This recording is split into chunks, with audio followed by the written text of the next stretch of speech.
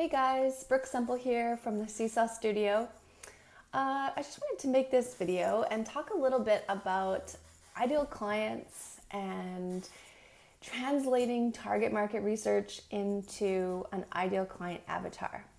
I always have clients go through this exercise, and I call it put yourself in their shoes.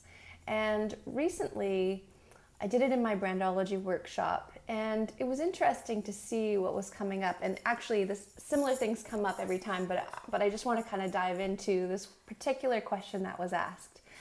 So, when we do the ideal client avatar exercise, what we're doing is we're really trying to humanize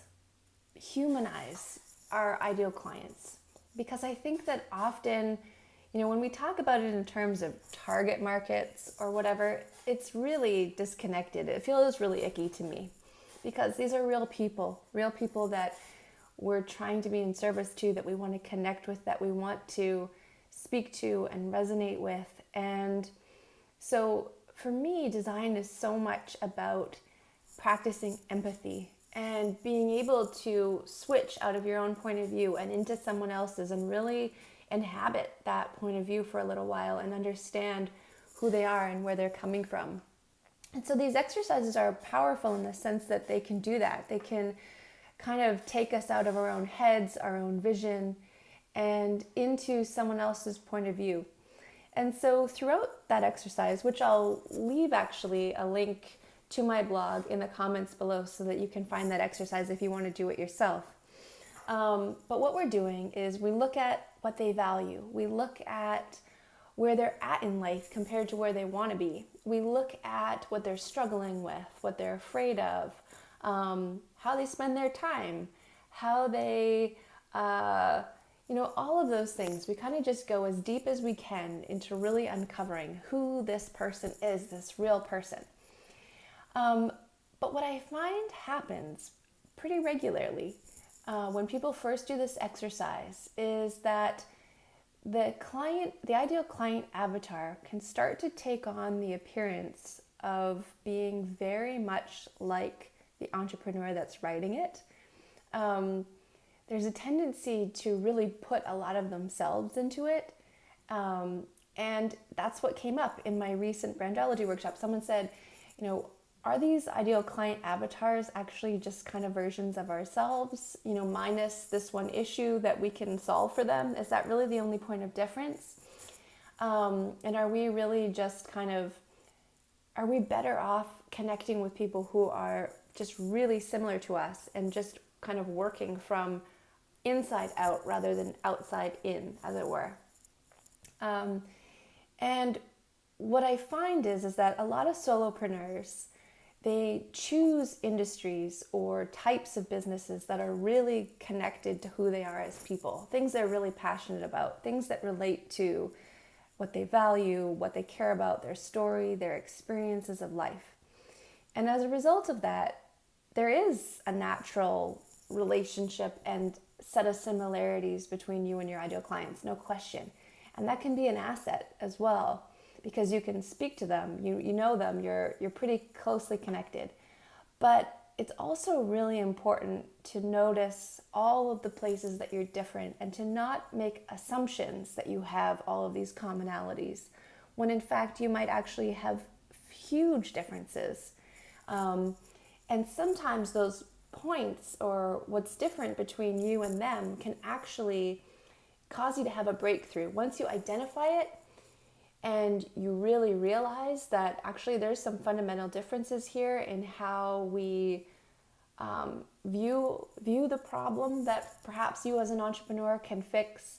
And so when you identify those areas of differences, then you can start to, you can tweak your language in your communications, you can tweak your positioning, you can make adjustments to really every facet of your brand in order to really speak to them where they're at. And that can make your communication so much more powerful and resonant, and it can transform your business. It can transform it completely. And But what I notice is that as I try to coach people through that and into trying to take on this other perspective, there's a lot of resistance that comes up. A lot of people don't want to do that. We don't want to step out of our own perspective and take on somebody else's because we feel like, that might take us out of alignment with our vision. And my theory on that is that, there's a lot of hype online about creating a business that is in complete alignment with, almost like business design. Like you're designing a business to serve all of your own needs and to be in service to the exact goals and dreams that you have. And that's great. That's a huge part of why we as entrepreneurs are drawn to entrepreneurship. We want to do things on our own terms. We want to do things that are authentic, that are kind of an expression of us and ourselves. And that's great. But it can only be half of the equation, because on the other side of that half is the people you're in service to and what they need and what they want and what they are struggling with.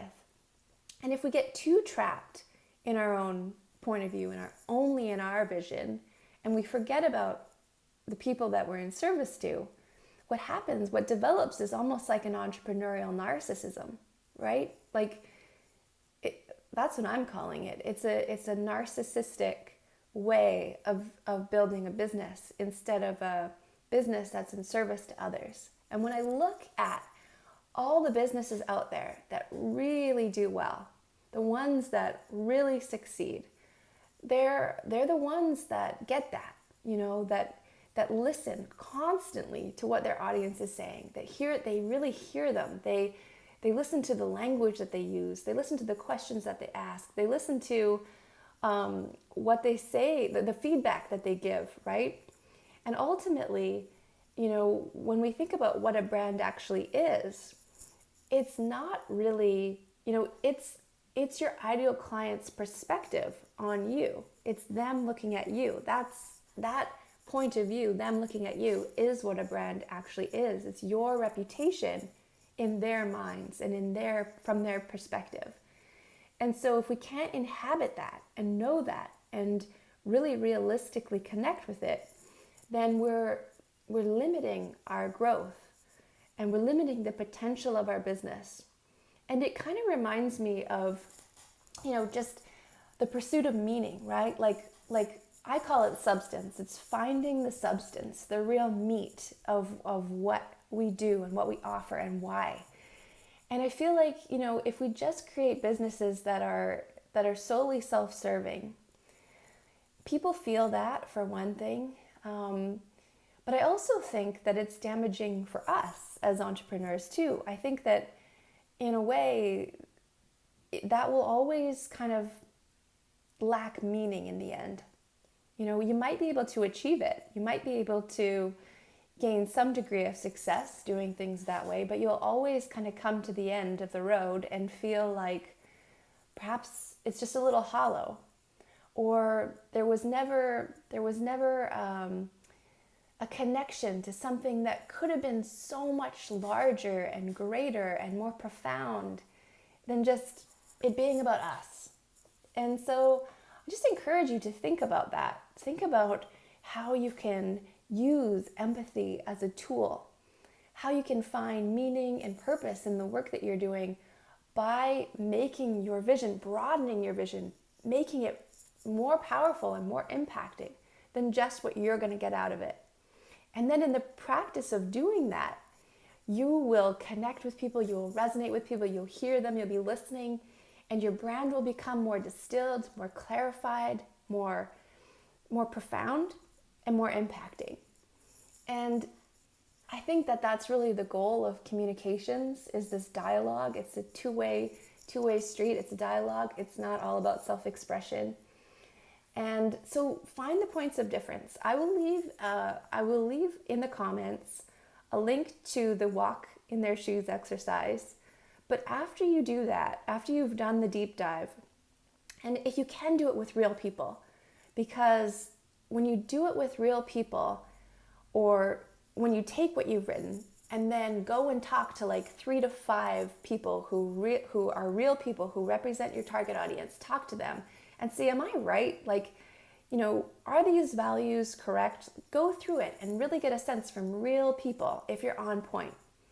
And then after you've done that, think, how am I different? Like, what is different about me and how I see the world and what I care about and my priorities and all of that compared to theirs? And then think about how you can make that connection.